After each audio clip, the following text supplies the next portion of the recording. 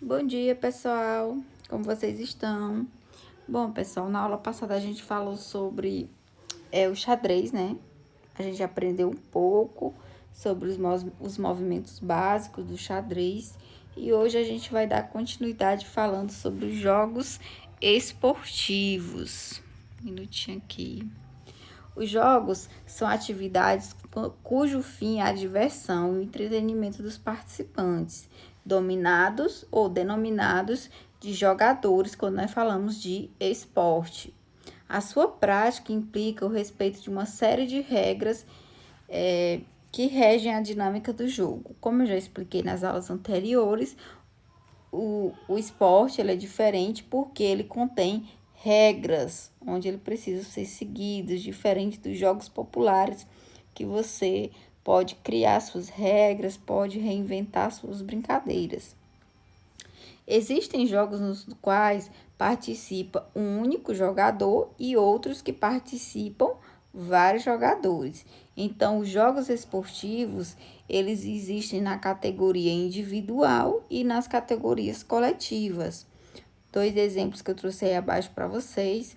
A ginástica, por exemplo, ela é um esporte e é um esporte de caráter individual.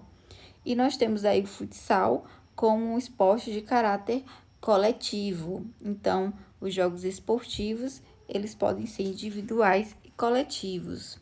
Os jogos, pessoal, eles promovem desenvolvimento de habilidades práticas e psicológicas, contribuindo simultaneamente para o estímulo mental e físico.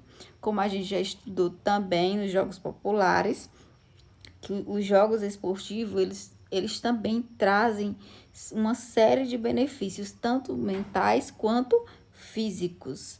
Por isso, para além de proporcionar entretenimento e diversão aos participantes, pode desempenhar um papel.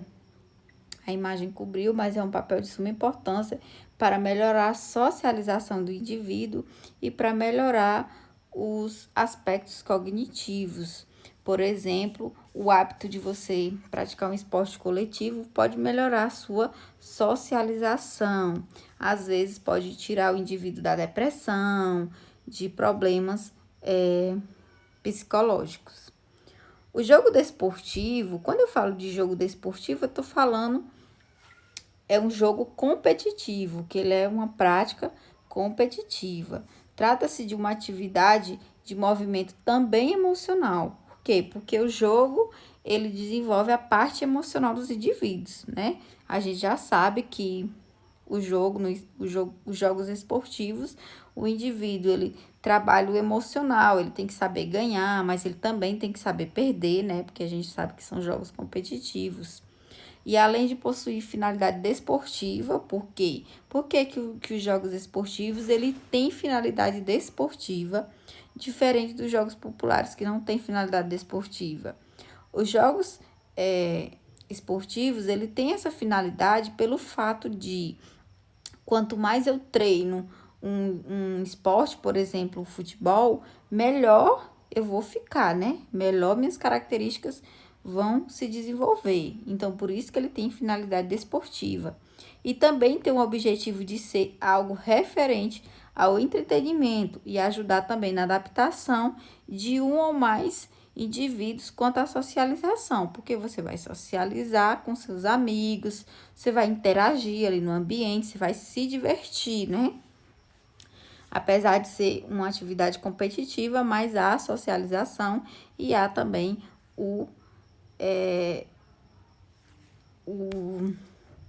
a diversão. E nós temos, pessoal, exemplos, como eu já falei para vocês, dentro do esporte, nós temos os esportes individuais, que eu trouxe alguns exemplos para vocês, e nós temos os esportes que são coletivos. Então, quando eu falo em jogos esportivos individuais, nós temos como exemplo o tênis, vocês já viram na primeira imagem, o tênis é um esporte individual. Nós temos o golfe, na segunda imagem. Não é tanto praticado aqui, geralmente é um esporte praticado mais para o sul do país. Nós temos o ciclismo, na última imagem aí na parte inferior do vídeo, na parte direita, nós temos aí o ciclismo também, que também é um esporte, porque também tem competições de ciclismo. Nós temos o hipismo, que é aquelas competições sobre o cavalo, que também é um esporte individual. Também são considerados esportes, por quê? Porque possui suas regras bem estabelecidas e os jogadores, eles têm que seguir essas regras.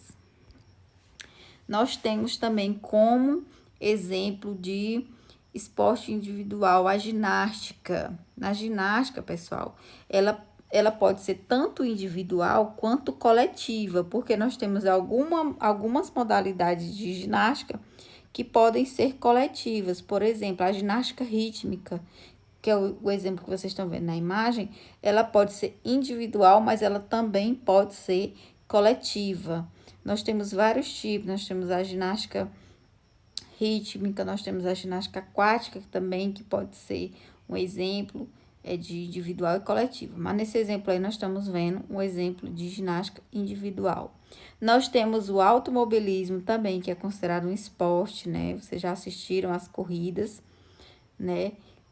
Que é transmitido na televisão. Nós temos o surf, também considerado um esporte individual. E o skate.